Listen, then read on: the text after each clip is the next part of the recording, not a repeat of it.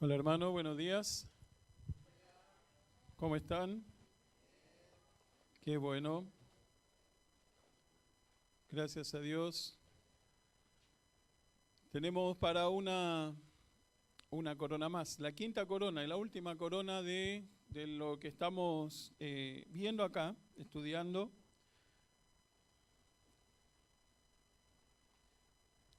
Tomar un poquito de agüita, venía rápido ahí de limpio, gracias a Dios. Tuvimos también un lindo tiempo.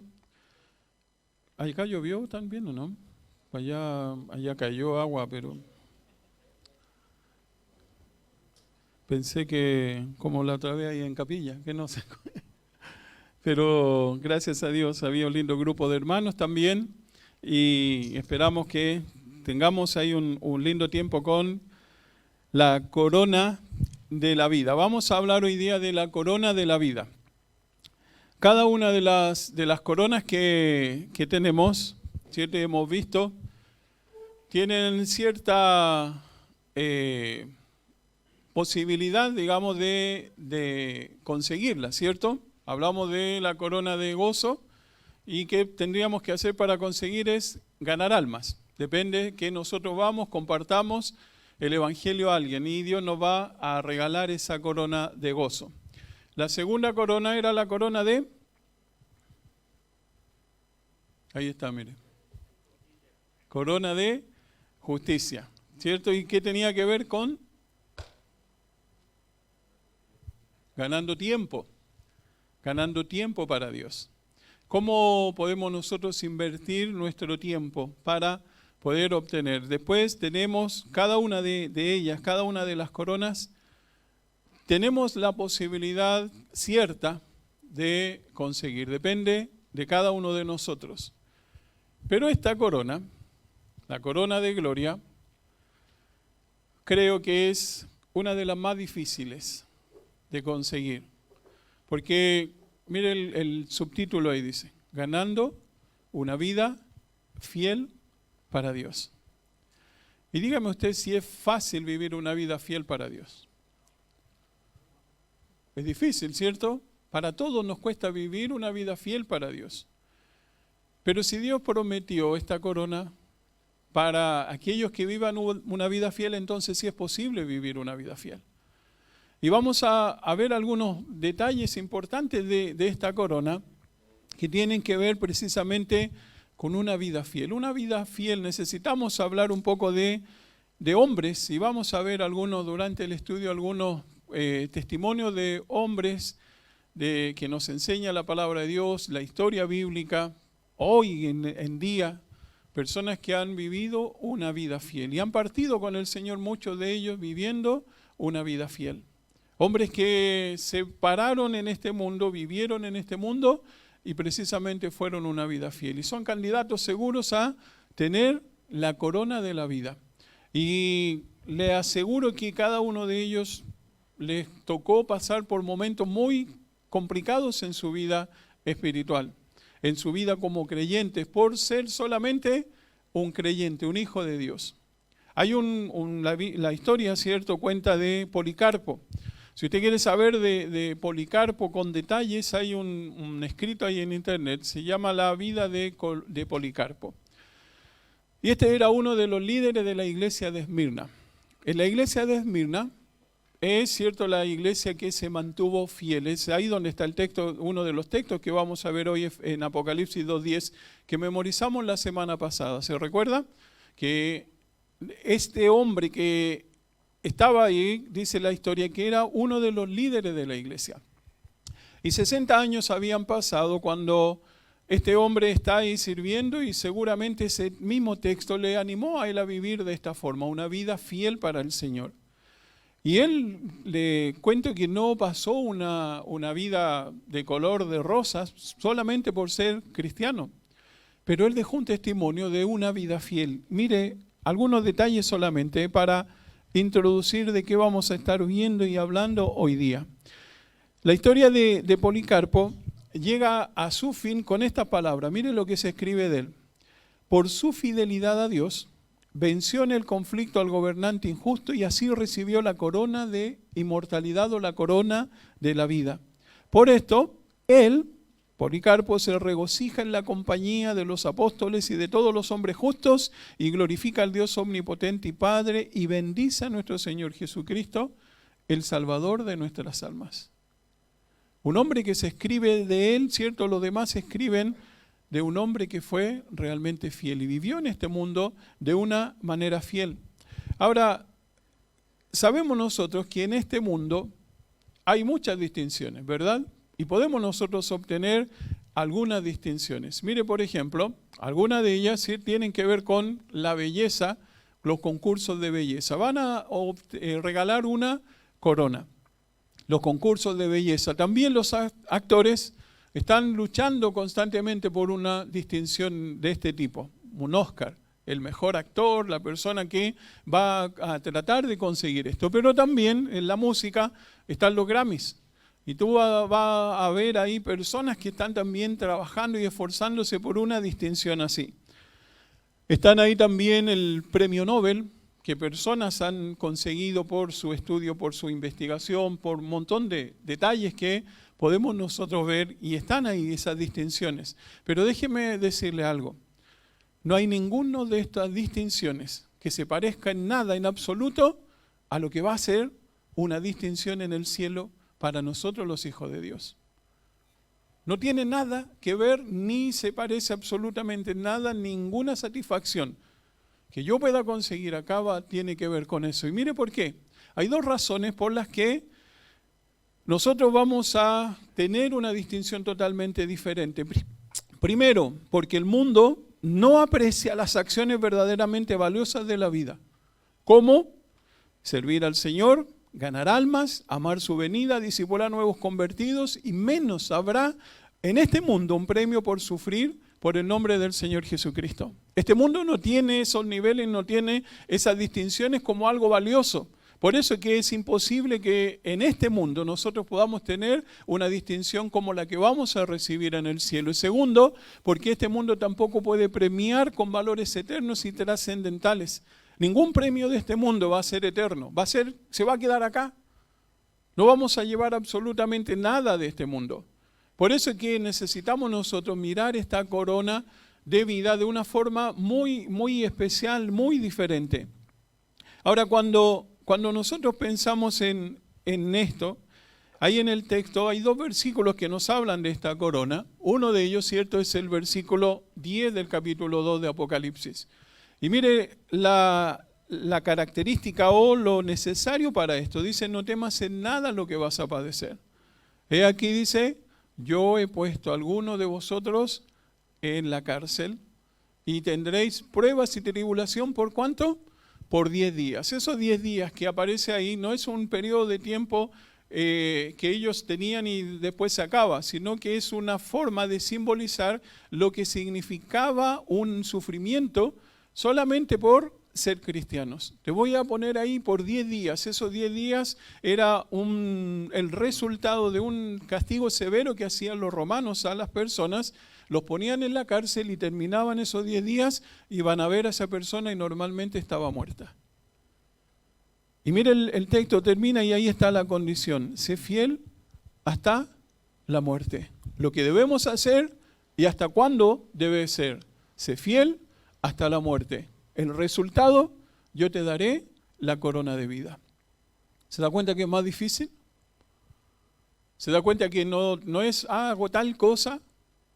Sino que tiene que ver con toda nuestra vida, con todo lo que nosotros vamos a hacer. No tiene que ver con nuestra salvación ni pérdida de nuestra salvación. Tiene que ver con nuestra vida cristiana, cómo vivimos nuestra vida cristiana. Santiago, también el texto ahí en Santiago 1:12 dice, bienaventurado el varón que soporta la tentación. La palabra tentación ahí no es la tentación que nosotros recibimos, sino la palabra prueba. Porque cuando haya resistido la prueba, recibirá la corona de vida. ¿Cuándo? Cuando haya resistido la prueba. Recibirá la corona de vida que Dios ha prometido a los que le aman. Ahí están los dos textos que hablan de esta corona. ¿Y quiénes van a recibir esta corona? ¿quiénes recibirán la corona de vida? Esta corona de vida es la que recibirán todos los que se mantengan fieles. Y ahí está un detalle muy importante. A lo largo de las pruebas. En la vida cristiana, en la carrera que estamos corriendo y que hemos estado hablando, van a haber obstáculos. ¿Ha tenido obstáculos en su carrera en la vida cristiana? Le quiero decir que va a seguir teniendo. Porque así es la carrera en la vida cristiana. No crea la iglesia que dice, pare de sufrir, mentira. Es mentira, porque no es lo que dice la palabra de Dios. El creyente que se identifica con Dios, con Cristo, va a sufrir. Solo por ser creyente. Y a eso es lo que se refiere la corona de vida. Si usted quiere ser un verdadero cristiano, va a tener que sufrir, va a tener que padecer, va a tener que pasarla mal muchas veces. Muchos creyentes no lo pasan mal. ¿Sabe por qué? Porque son iguales que el mundo. Pero esta corona, la corona de vida, dice, va a ser para quienes soporten la prueba, para quienes sean fieles. Y tiene que ver con esto, el soportar la prueba. Ahora mire, pregúntese conmigo, ¿cómo podemos saber nosotros si seremos fieles? ¿Tiene usted la respuesta a eso? ¿Cómo sabemos si seremos fieles cuando venga la prueba? ¿Usted sabe si va a ser fiel cuando venga la prueba?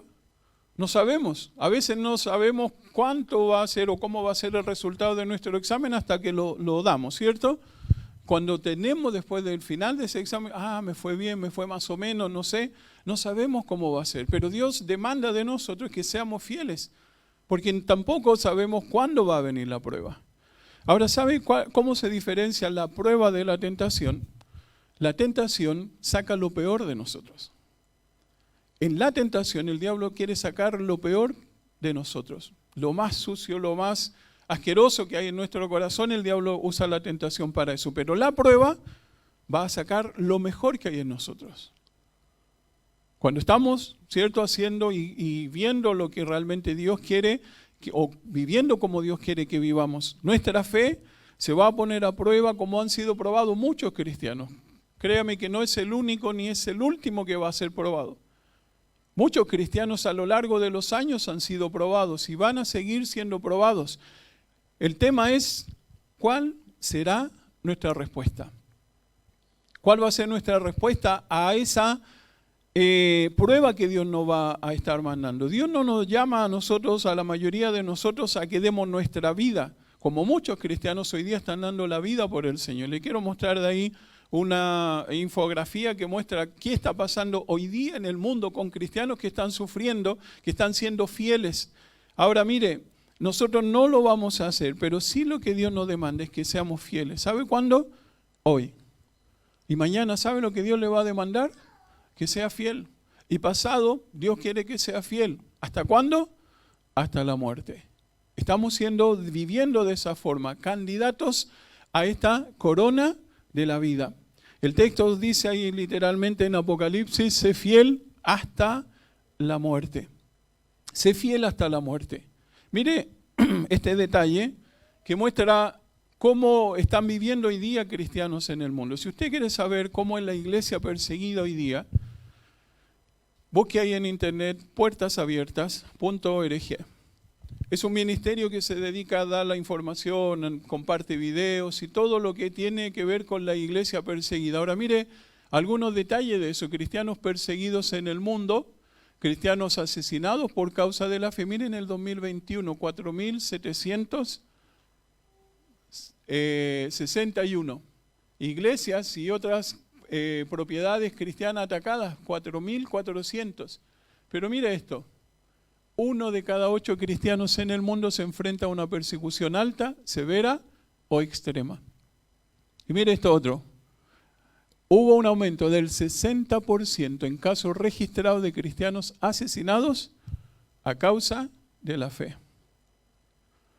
¿Está pasando por situación así usted?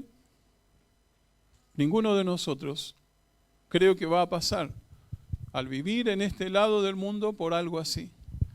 Pero sí Dios nos demanda que podamos nosotros ser fieles en nuestro día a día, en nuestro diario vivir. Y tenemos el ejemplo de ello. Ahora mire por qué. Fíjese en esto. a través del proceso de sufrimiento, y esto es lo que Dios hace y es lo que quiero que pueda poner su atención en esto. A través del proceso de sufrimiento nuestra fe es probada y es la forma como Dios tiene para probar qué hay dentro de nosotros, porque eso es lo que va a salir definitivamente, lo que hay dentro de nosotros. Dice, y crece, dice, nuestra fe es probada, nuestra fe crece y experimentamos más de su gracia. No debemos olvidar que es el Señor quien envía las pruebas. El Señor es quien envía las pruebas, las que no solo nos harán crecer, sino que también son la forma de cómo acrecentar nuestro amor por el Señor, quien nos motiva a una conducta fiel. Todo lo que tiene que ver con las pruebas tiene que ver con eso, con guiarnos, enseñarnos, mostrarnos, encaminarnos a que Dios sea quien debe ser en nuestra vida. Y mire, vamos a ver dos aspectos que nos van a ayudar a entender mucho mejor esta idea que nos da la Biblia sobre el sufrimiento, sobre las pruebas. Mire, el proceso del sufrimiento. Déjeme introducir esto y de ahí les quiero mostrar dos cositas que tienen que ver con este proceso que nos toca vivir. Miren Mateo 5, versículos 10 y 11.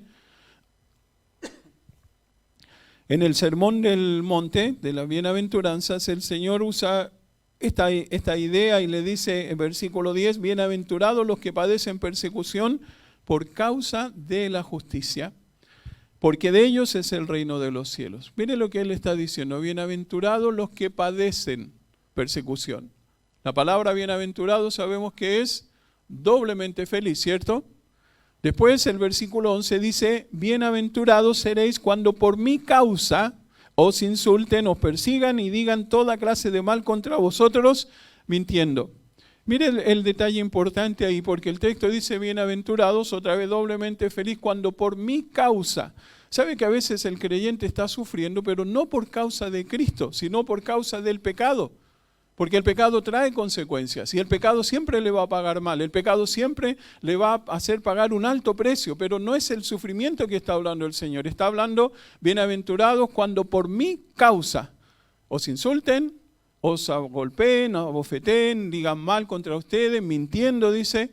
Eso es lo que el Señor le está diciendo a ellos, cómo debía ser. Ahora, ¿a quiénes Dios les está hablando? Esto el Señor Jesucristo le está hablando a los discípulos, quienes después formarían la iglesia, y ellos recién ahí podrían entender qué era lo que el Señor le estaba diciendo, porque iba a comenzar una persecución. Mire lo que iba a suceder con ellos.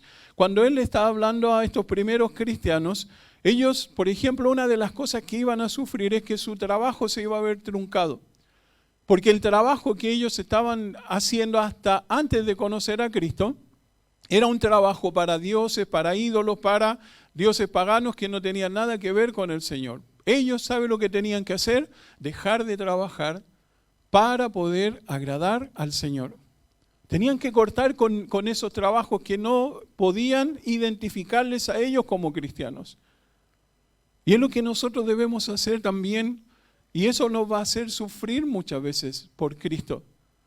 Hay trabajos que un creyente no puede hacer. ¿Sabe por qué? Porque te identifica con el mundo, no con Dios.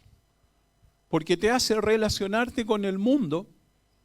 No, si yo voy a estar ahí, voy a ser de testimonio, mentira.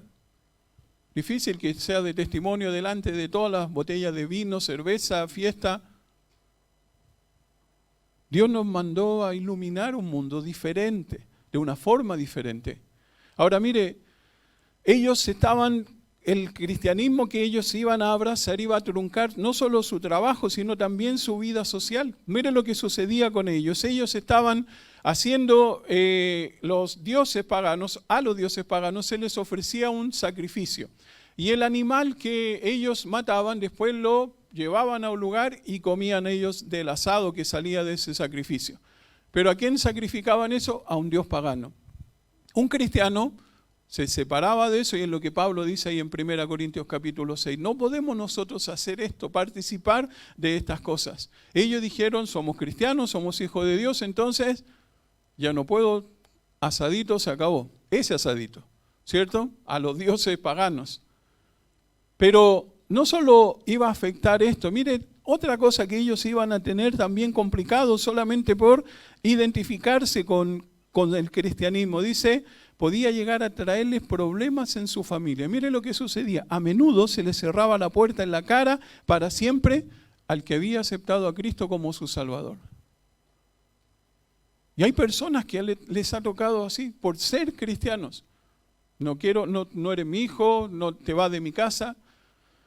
Me acuerdo cuando nosotros estábamos comenzando a ir a la iglesia, mi papá se acerca a quien nos estaba invitando y le dice, yo no quiero que mis hijos, allá en Chile se usa canuto para referirse de una forma despectiva a los evangélicos. Dice, yo no quiero que mis hijos los conviertan en canutos. Si ellos son canutos, entonces no entran más a la casa. Hoy día mi papá, el más fanático de todo. Pero ¿sabe qué? Hay mucha gente que le ha tocado diferente y han tenido que sufrir consecuencias. Pero el Señor, mire lo que le está diciendo, bienaventurados seréis cuando por mi causa, bienaventurados seréis cuando os persigan. Y tenemos que preguntarnos esto, ¿cómo podían ser felices cuando estaban siendo de esta forma maltratados, padeciendo persecución?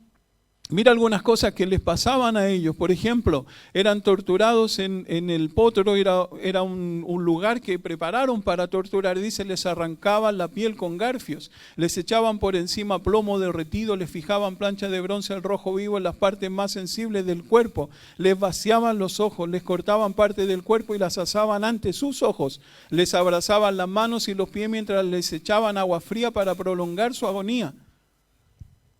Algunas de las cosas que ellos tenían que sufrir. Y el Señor les dice, bienaventurados seréis. ¿Cómo podían ser felices cuando pasaba esto? ¿Cómo podían ser felices siendo insultados? ¿Cómo podían ser felices escuchando a otros hablar mal de ellos? ¿Y sabe cuál es la clave de esto? Son las dos cosas que quiero que puedan quedar ahí en su corazón.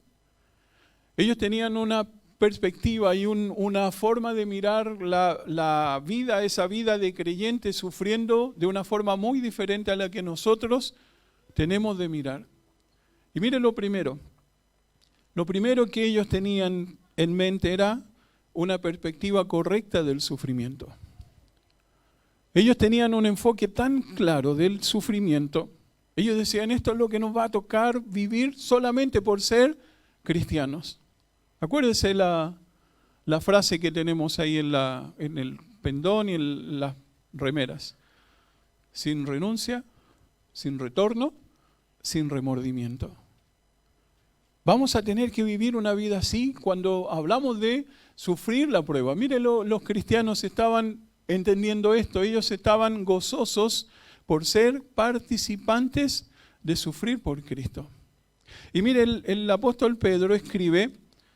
Y fíjese que no tenemos que buscar tanto definición de palabras para entender esta verdad que nos dice aquí el apóstol Pedro. Ahora el apóstol Pedro, ahí en Primera de Pedro, le está escribiendo a una iglesia que está siendo perseguida, que tiene delante de ellos a un emperador que fue el emperador más malo con los cristianos, que estaba obsesionado con perseguir, con exterminar a los cristianos. A ellos Pedro les está escribiendo esto y les dice hay que ser gozosos por ser participantes. Mire cómo dice el versículo 12 de Primera de Pedro 4. Amados, dice, no os sorprendáis del fuego de prueba que os ha sobrevenido, como si alguna cosa extraña os aconteciese, sino gozaos por cuanto sois participantes de los padecimientos de Cristo.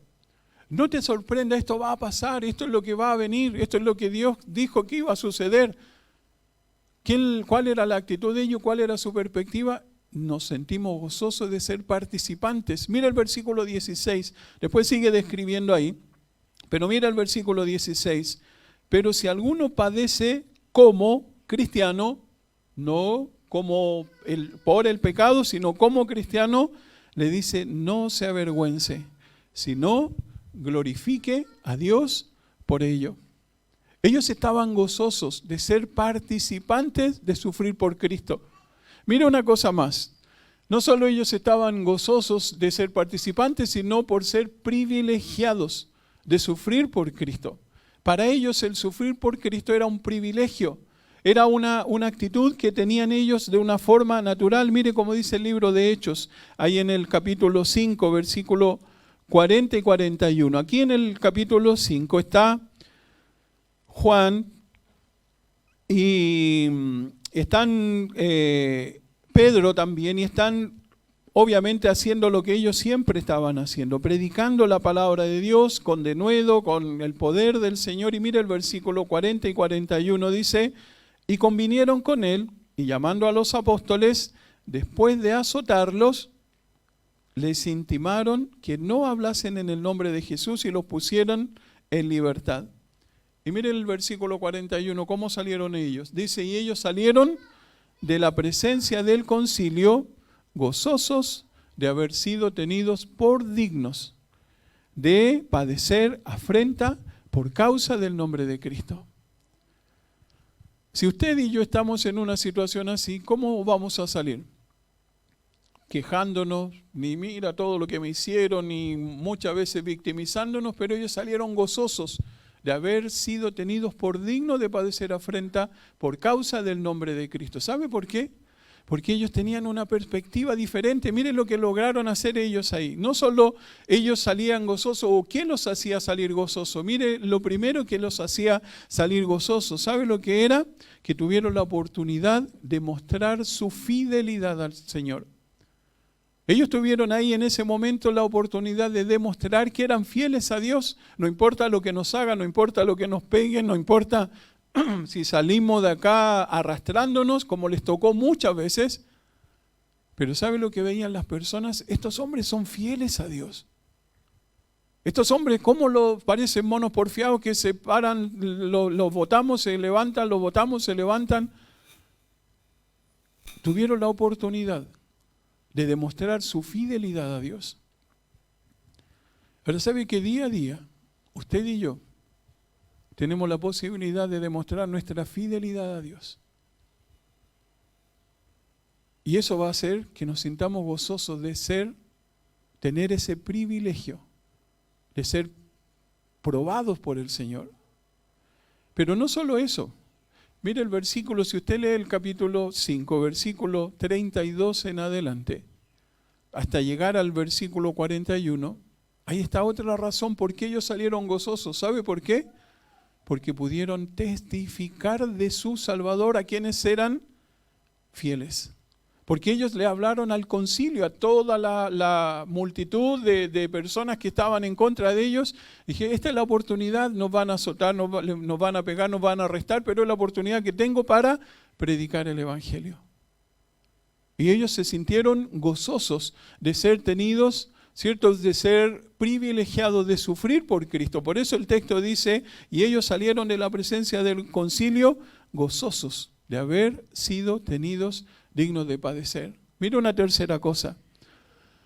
Gozosos porque serían premiados al padecer por Cristo. Y este es el enfoque que debemos tener nosotros en nuestra mente, en nuestro día a día. Y esto es lo que tiene que ver con la corona que estamos viendo. El enfoque, la perspectiva que ellos tenían tiene que ver con cómo miraban ellos. Mire cómo dice ahí el texto, ahí en Lucas capítulo 6, versículo 22 y 23. Bienaventurados seréis cuando los hombres os aborrezcan y cuando os aparten de sí y os vituperen y desechen vuestro nombre como malo por causa, otra vez, del Hijo del Hombre. Mire el versículo 23, gozaos en aquel día. ¿Cuál día? Cuando estén siendo probados, cuando estén sufriendo por causa de Cristo, cuando estén identificándose con Cristo y toda la gente les dé la espalda. En ese día ustedes deben gozarse. ¿Por qué? Dice ahí el texto. Y alegraos, dice, porque he aquí vuestro galardón es grande en los cielos. No va a tener ningún reconocimiento de este mundo. La otra vez le decía, el mundo nos puede aplaudir, pero Dios nos va a recompensar, Dios nos va a honrar. Y eso es lo que ellos tenían en mente, su perspectiva era esa. Estamos sufriendo, estamos pasando, pero va a terminar, vamos a estar eternamente en el cielo con el Señor. Estos cristianos tenían una perspectiva completamente clara, no estaban desenfocados, eran candidatos obviamente a tener esta vida sin ninguna duda, una corona de la vida. Pero mire lo que entendieron también ellos. Entendieron cuál, no solo la perspectiva, sino el propósito. No está funcionando esto. Ahí está. El propósito claro del sufrimiento. Mire el propósito del sufrimiento. ¿Pueden verlo ahí? Porque no está... Ahí está. Mire lo primero, el sufrimiento, mire lo que hace, cuál es el propósito del sufrimiento. Me hará conocer a Dios perfectamente. Si usted trajera a una persona acá, me acordé de una persona, que es un tremendo testimonio de este aspecto. Usted le trae a esa persona y le pregunta, ¿qué ha sido para ti pasar por un sufrimiento? ¿Sabe lo que le diría? He aprendido a conocer a Dios de una forma diferente a como cualquier persona la ha conocido. ¿Se acuerda de la historia de Job? Ahí en Santiago 5:11 y en Job 42, versículo 1 al 5 habla de Job. Ahora miren las palabras que Job usa. Job dice, de oídas te había oído, mas ahora mis ojos te ven. El capítulo 42 es final de todo el libro, y todo el libro Job la pasa mal y sufre, pierde todo, pierde su salud, pierde su familia, pierde sus hijos, pierde todo lo que él tenía, pero al final pelea con Dios entre medio y al final dice, de oída te había oído. Ahora Job, usted ve en el capítulo 1 cómo Dios habla de Job, un hombre íntegro, un hombre próspero, un hombre intachable, un hombre que Dios lo tenía en un lugar especial, pero él entendió a lo largo de todo su sufrimiento, de toda la prueba, dice, yo te conocía, pero no te conocía como te he conocido a través del sufrimiento. Dios lo está probando. Ese es un propósito. Dios quiere que le conozca mejor. Dios le está apretando. Él no lo va a ahorcar completamente. ¿Sabe lo que Él está haciendo? Queriendo que usted le conozca. Ha pasado por situaciones en su vida que parece que se vino todo abajo. Es Dios quien está queriendo que usted le pueda conocer perfectamente. Mire, Charles Ryrie dice, si conocemos a Dios, no necesitamos saber por qué Él permite que experimentemos sufrimientos. No necesitamos saber el por qué. Dice, Él no solo controla el universo en todas sus facetas, sino también nuestras vidas, y Él nos ama. Dios no es un Dios malo que le hace sufrir para que usted esté mal, sino para que usted pueda sacar lo mejor de usted, la mejor versión. Eso es lo que Dios está haciendo. Miren lo segundo, no solo el sufrimiento me hará conocer a Dios, sino me hará confiar en Dios plenamente. Cuando estamos pasando por sufrimiento, necesitamos entender esto. Vamos a conocer a Dios, pero también vamos a confiar, aprender a confiar en Dios plenamente. Miren lo que debemos entender. La manera de obrar de Dios no es la de sacar a sus hijos de entre las pruebas, sino de darles potencia o poder con que soportar las pruebas. Eso es lo que Dios hace en medio de lo que les toca vivir. Es lo que Dios hacía con estas personas ahí en la iglesia primitiva. Ellos estaban en medio de la prueba. Dios no los sacó de la prueba. Dios les dio el poder, la posibilidad de sostenerles en medio de la prueba. Ellos aprendieron y Señor, tú estás aquí, estás conmigo, no estoy solo en medio de la prueba. Y a veces nos cuesta tanto entender esto. Mire 2 Corintios 12, versículos 9 al 10.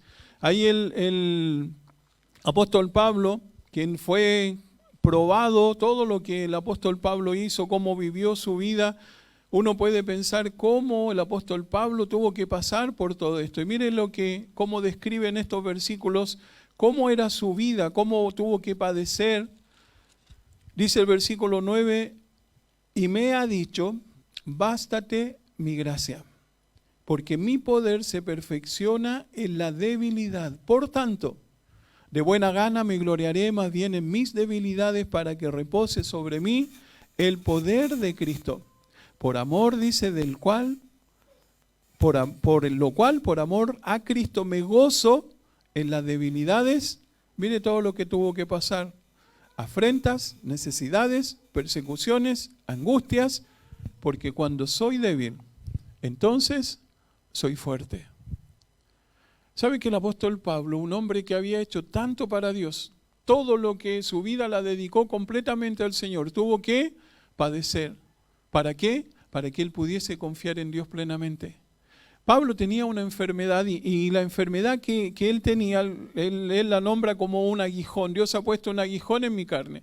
Mira algunas cosas que tenían que ver con esto. Algunos comentaristas dicen que eran ataques epilépticos muy fuertes que a él le daban constantemente. También dicen que tenía dolores de cabeza tan fuertes que lo dejaban postrado por días y no podía avanzar en su ministerio. A eso se está refiriendo cuando él dice afrenta y cosas que pasaron en su vida. También él tenía problemas a la vista que se relacionaban ahí con sus dolores de cabeza. Pero también él tenía ataques crónicos recurrentes de fiebre por algún tipo de malaria que había ahí en la costa mediterránea. Y cuando Pablo está diciendo todo eso, él tenía que convivir con esas cosas. Ahora, ¿sabe lo que él aprendió? A confiar en Dios plenamente. Porque él dice, le he pedido a Dios que me lo quite. ¿Y cómo dice el texto? ¿Dice que Dios se lo quitó? No. Pero ¿qué es lo que él escucha de Dios? Bástate mi gracia. Pablo, estoy aquí. Confía. Yo estoy haciendo esto. Un propósito. No solo el propósito me va a hacer conocer a Dios, sino me va a hacer confiar en Dios. Mire, el sufrimiento también me dará el consuelo de Dios personalmente. Y sabe que si a usted le ha tocado sufrir, le va a tocar sufrir. Nadie puede sentir el consuelo de Dios sino quienes hemos tenido que sufrir. Nadie ha sentido el abrazo de Dios sino quienes hemos tenido que sufrir. ¿Ha pasado por algo terrible en su vida? Dios ha estado ahí. Hay un propósito. Hay un propósito claro porque Él quiere que le conozcamos mejor. Él quiere que confiemos en Él. Él quiere consolarnos. Dios mismo quiere abrazarnos, quiere tomarnos. Y a veces pensamos, mira, si no viene el pastor, me abandonaron, me dejaron, no me han venido a ver, no me llaman. Acuda al Señor. Pablo, mire lo que dice ahí en el texto, ahí en 2 Corintios capítulo 1. Este texto parece un trabalenguas, pero es tan claro lo que Dios quiere y está persiguiendo ahí. Dice, bendito sea el Dios y Padre de nuestro Señor Jesucristo, Padre de misericordias y Dios de toda consolación, el cual nos consuela en todas nuestras tribulaciones, para, dice, que podamos también nosotros consolar a los que están en cualquier tribulación por medio de la consolación con que nosotros somos consolados por Dios. ¿A usted le ha tocado sufrir? ¿Ha experimentado el consuelo de Dios? Dios la quiere usar, Dios te quiere usar para consolar a otros. ¿Sabe quién entiende la pérdida de un hijo y puede consolar a quien perdió un hijo? Alguien que pasó por eso. ¿Sabes quién puede consolar a alguien que pierde su padre, su mamá, que está mal económicamente? ¿Quién pasó por eso y quién experimentó el consuelo de Dios? Eso es lo que Pablo está diciendo. Dios me ha consolado, Dios ha estado ahí conmigo y he experimentado el consuelo de Dios. Mire el versículo 5, porque de la manera que abundan en nosotros las aflicciones de Cristo, así abunda también por el mismo Cristo nuestra consolación. Y esa palabra que utiliza ahí, abundan de Cristo las consolaciones, es superabundar. Es una exageración que usa el texto bíblico para decir, abundan las aflicciones, pero la consolación de Cristo es mayor que eso. Pero no lo podemos experimentar si nosotros no estamos pasando por el sufrimiento.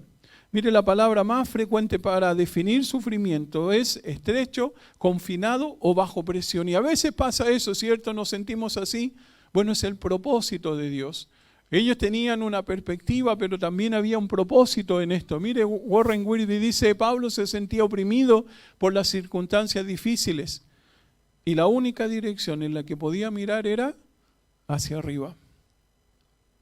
Mire el apóstol Pablo, que había ganado a tanta gente, tenía tantos discípulos, tantos colaboradores, tantas personas a las que él le hablaba. ¿Y quién estaba ahí? De hecho, él lo dice cuando termina 2 Timoteo. Dice, solo Lucas está conmigo. Todos me han abandonado. ¿Sabe lo que Dios hace?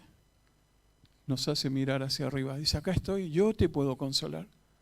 Yo quiero que me conozcas, yo quiero que hagas esto, aprendas esto de lo que yo te estoy enseñando. Mire, Dios siempre nos equipa para lo que Él está preparando para nosotros. Y eso es lo que Dios está haciendo. Estamos en esa escuela. El sufrimiento es la escuela que Dios tiene para que podamos aprender estas verdades. Y dice, y una parte de esa preparación es el sufrimiento. Una parte de esa preparación es el sufrimiento. Tenemos el propósito, ¿cierto? Mire, cuando un cristiano tiene que sufrir algo por su fe, es entonces cuando se encuentra en la más íntima compañía posible con Cristo. Cuando la Biblia nos enseña, y ahí habla en Apocalipsis y en Santiago de la corona de la vida, está hablando de este tipo de personas que se van a mantener fiel hasta la muerte en medio de lo que les toque vivir. Ahora la Biblia nos habla de personas y hay un hombre. Si yo le muestro esa foto, ¿qué nombre se le viene a la mente a usted? Esteban, ¿cierto? ¿Sabe de dónde viene el nombre Esteban? La palabra corona que estamos viendo es Estéfanos, ¿cierto? Ese sí es el nombre en el texto original. De ahí viene el nombre Esteban. Es una derivación de esa palabra Estéfanos. Y fíjese la relación que tiene. Porque este hombre es un tremendo ejemplo de un hombre que vivió una vida fiel. ¿Hasta cuándo? Hasta la muerte. Ahora, yo pienso en la vida de Esteban y estaba mirando y escuchando, viendo los textos, y hay una palabra que a mí me llamó mucho la atención y que nos puede ayudar para poder vivir una vida fiel. ¿Sabe cuál es la palabra con la que yo describo a Esteban? Con la palabra lleno. Él era un hombre lleno. Mire cómo dice Hechos capítulo 6. Miren, veamos ahí rápido un par de textos que nos muestra la vida de Esteban. Mire el versículo, Hechos capítulo 6, versículo 8. ¿Se acuerda ahí? Hechos capítulo 6, capítulo 7. Si usted quiere saber la vida de Esteban, ahí está toda la vida de Esteban. Suficiente con eso para mostrarnos que era un hombre que estaba sin duda alguna con esta corona puesta ya por la forma como él vivía. Mire el versículo 8, dice, y Esteban lleno de gracia y de poder. ¿Sabe que esa palabra lleno que usa el texto ahí es rebosante? Ya no entraba más gracia y más poder en la vida de Esteban, era un hombre lleno. Pero no solo lleno de gracia y de poder, mire cómo dice el versículo 10, dice, pero no podían resistir a la sabiduría y el espíritu con que hablaba. Era un hombre lleno de sabiduría. Mire cómo dice el versículo 15, dice, entonces todos los que estaban sentados en el concilio al fijar los ojos en él, vieron su rostro como el rostro de un ángel. ¿Sabe qué me hace pensar eso? Que era un hombre lleno de luz. Mire lo que irradiaba Esteban. Mire cómo dice ahí el versículo 5 y estas son las claves de por qué él era lleno de poder, de gracia, de sabiduría, de luz. Mire lo que dice el versículo 2. Dice, entonces los 12 convocaron a la multitud de los discípulos y dijeron, no es justo que nosotros dejemos la palabra de Dios para servir a las mesas. Buscad pues, hermanos de entre vosotros, a 7 varones de buen testimonio, llenos del Espíritu Santo y de sabiduría, quienes encarguemos de este trabajo. ¿A quién eligieron? A Esteban. ¿Sabe qué también estaba lleno Esteban? De deseo de servir. Por algo pensaron en Esteban. Pero no solo deseo, sino él estaba listo. Acá estoy y yo quiero, si puedo servir en algo, acá estoy. Pero mire el versículo, avanza ahí en el mismo capítulo 6, versículo 5. Dice, agradó la propuesta a toda la multitud y eligieron a Esteban, varón, lleno de fe y del Espíritu Santo. Y esa es la clave. La clave en la vida cristiana, hermano, para mantenerse firme y para ser fiel hasta el final, ¿sabe qué es? Es ser lleno del Espíritu Santo, que el Espíritu Santo controle completamente nuestra vida. Y así era Esteban, un hombre fiel, Un hombre lleno de sabiduría, lleno de palabra, ya no entraba nada más en él y ya estaba saliendo, salía la luz hacia los demás, veían el rostro como de un ángel, un hombre lleno del Espíritu Santo. ¿Para qué era el trabajo? Para servir las mesas, pero era necesario personas fieles. Ahora mire todo el capítulo 7, usted lea todo el capítulo 7. Los 60 versículos del capítulo 7 es el mensaje que Esteban predica a esas personas que lo iban a apedrear. A esas personas que estaban los líderes religiosos. Y en todo el capítulo 7, ¿sabe cuántos versículos utiliza en su predicación? Más de 150 textos del Antiguo Testamento están ahí en ese capítulo 7 de la predicación de Esteban. ¿Sabe lo que muestra eso? Que era un hombre lleno de la palabra. Por eso era un hombre fiel. Un hombre lleno del Espíritu Santo, un hombre lleno de la palabra, y nunca nosotros vamos a llegar a ser fiel, nunca vamos a conseguir una corona de la vida si no somos llenos del Espíritu Santo, si no somos llenos de la palabra, si no estamos llenos de luz, si no estamos llenos de gracia de Dios, si no estamos llenos del poder de Dios, si no estamos llenos del deseo de servir a Dios. Un hombre lleno, completamente. Mire cómo termina el versículo 60 del capítulo 7. Mire de qué más estaba lleno. Entonces todos los que estaban sentados en el concilio, al fijar los ojos en él, dice, vieron su rostro como el rostro de un ángel. Mire el capítulo 7, versículo 60. Y puesto de rodillas, clamó a gran voz. Y esta es su oración: Señor, no les tomes en cuenta su pecado. ¿Sabe qué me hace pensar? Que era un hombre lleno de amor por quienes no conocían a su Salvador. Y mire la oración: Señor, no les tomes en cuenta su pecado, ellos todavía no te conocen, por favor no consideres esto. Yo me voy a morir, yo voy a estar contigo, pero ellos van a estar una eternidad en el infierno. Un hombre lleno de amor por las personas. Lo estaban matando, le estaban tirando piedras y su oración era por aquellas personas que aún no conocían a Cristo. Le pregunto, ¿de qué está lleno nuestro corazón? ¿Sabe de qué está lleno nuestro corazón? De comodidad, de orgullo, de egoísmo, de envidia, de amargura. Así está lleno nuestro corazón.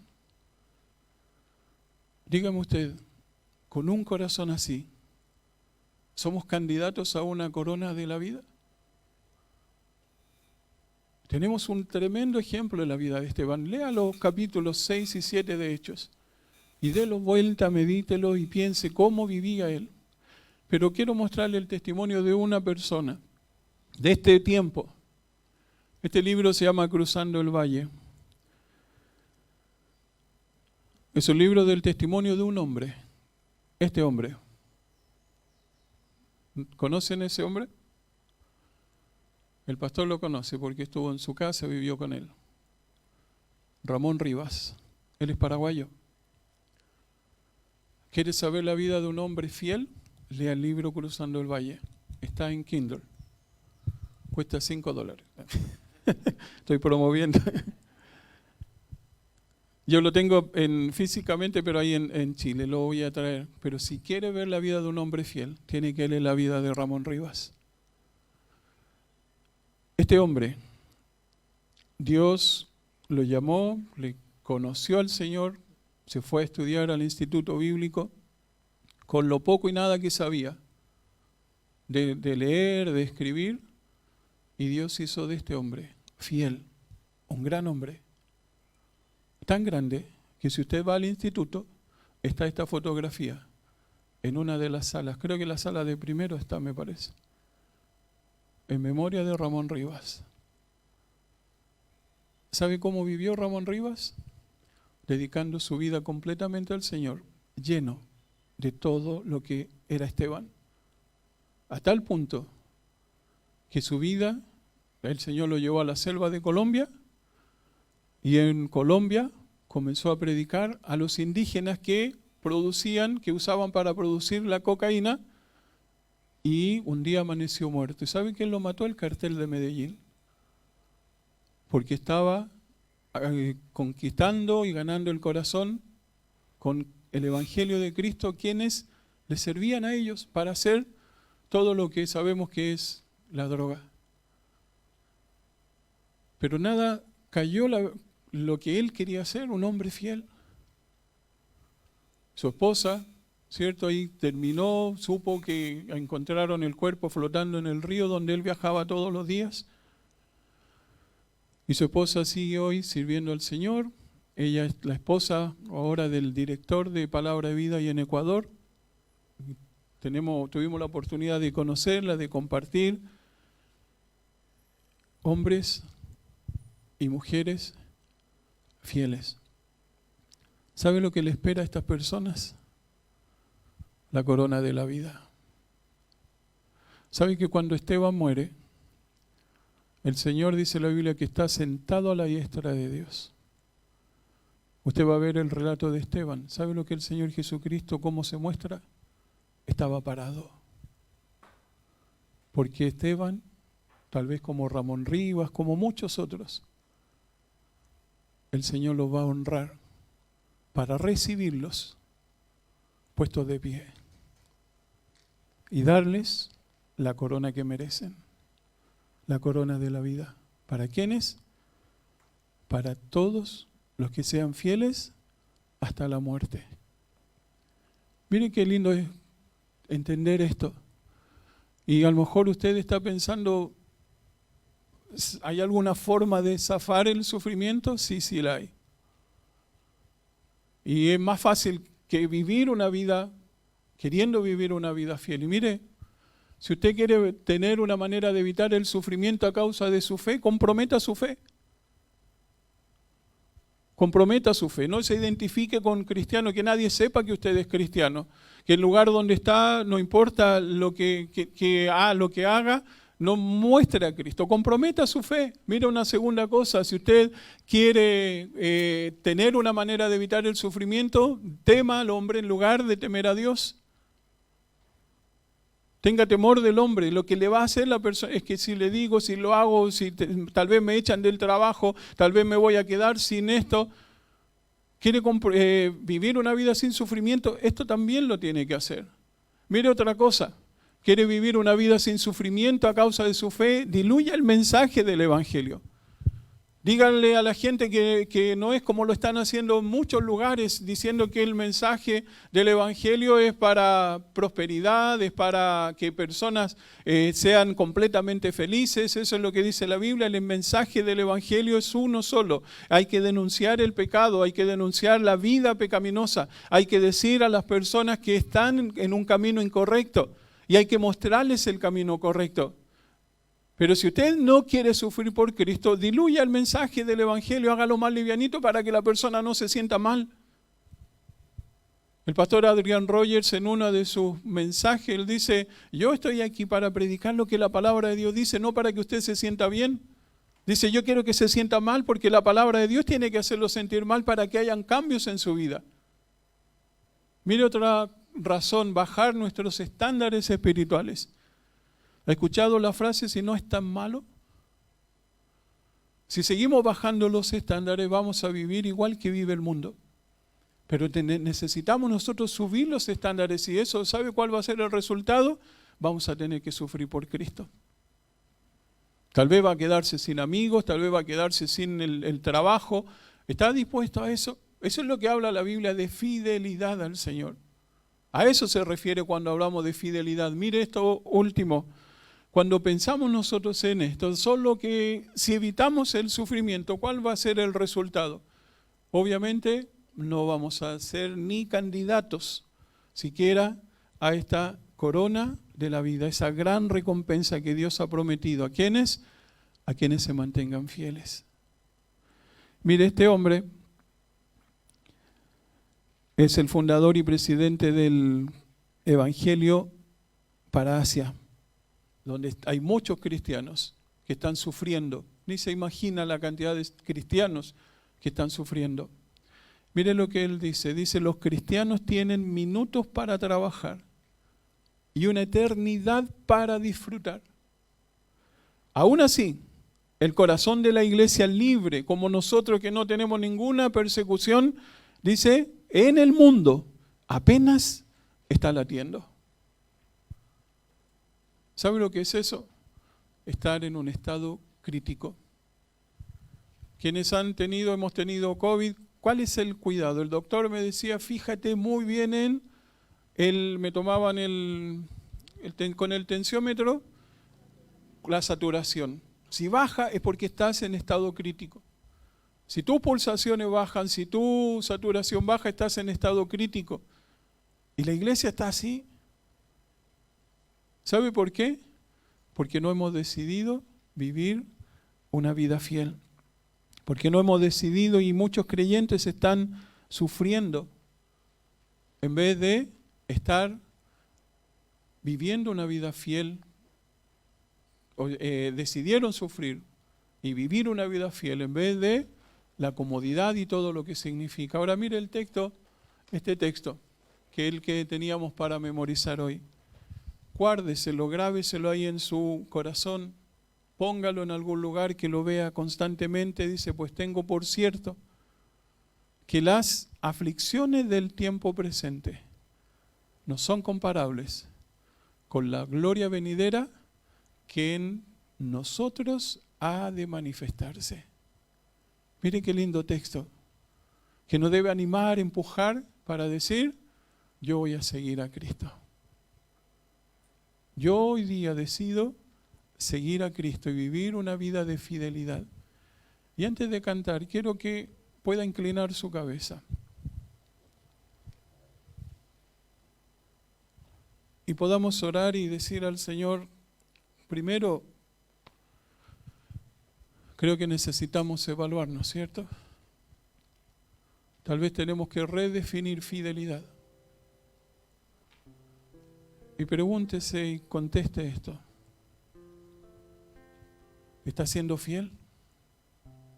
¿Su vida cristiana es una vida que está siendo fiel?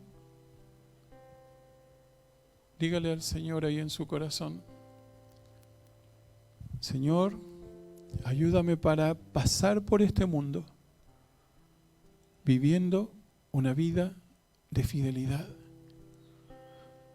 Ayúdame a ser un Esteban, un Ramón Rivas, un Policarpo y muchos otros que eran llenos de ti, de tu palabra, llenos del Espíritu Santo, llenos de amor por aquellos que aún no le conocen, llenos de deseos de servir.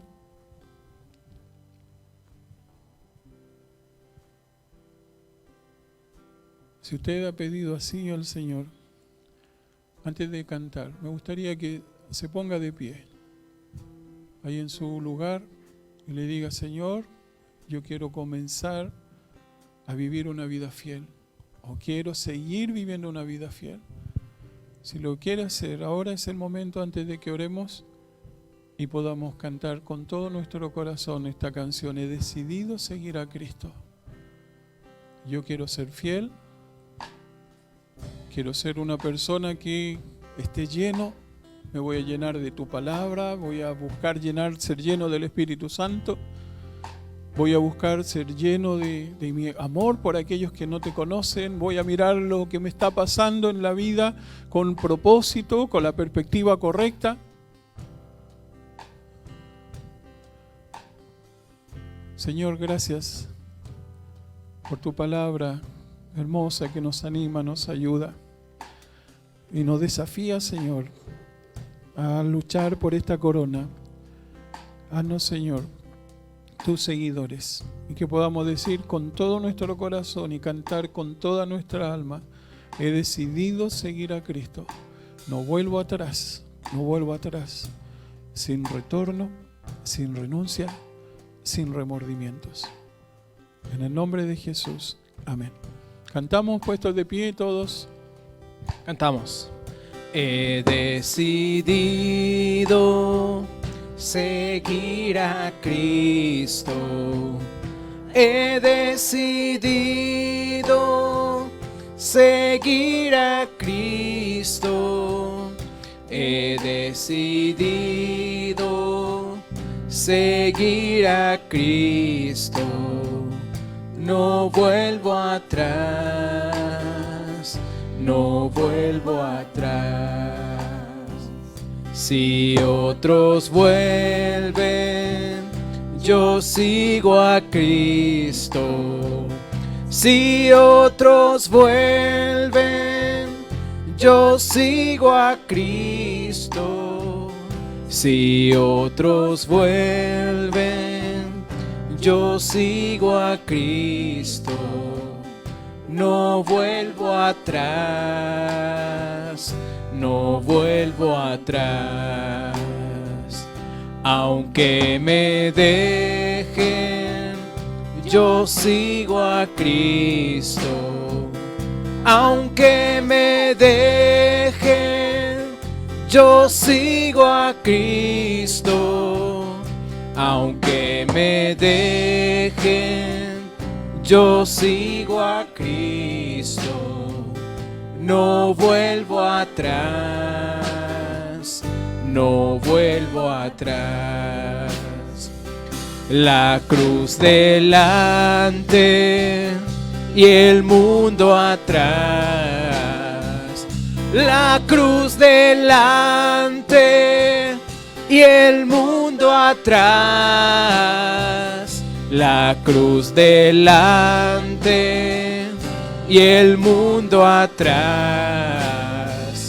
No vuelvo atrás, no vuelvo atrás. He decidido seguir a Cristo. He decidido seguir a Cristo. He decidido seguir a Cristo. No vuelvo atrás, no vuelvo atrás, no vuelvo atrás, no vuelvo atrás.